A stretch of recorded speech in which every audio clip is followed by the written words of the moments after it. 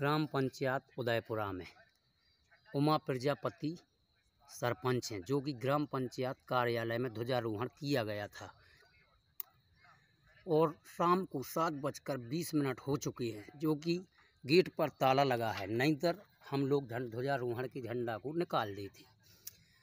शासन से करबद्ध निवेदन करते हैं कि ऐसे जिन्हें तिरंगे का सम्मान नहीं है, ऐसे लोगों को खिलाफ सख्त कार्रवाई की जाए।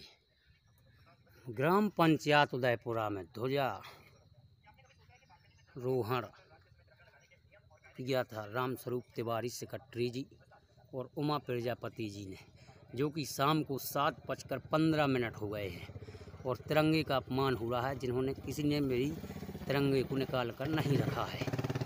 शासन प्रशासन से विनम्र करबद्ध निवेदन करते हैं कि इस पर कड़ी से कड़ी कार्रवाई की जाए।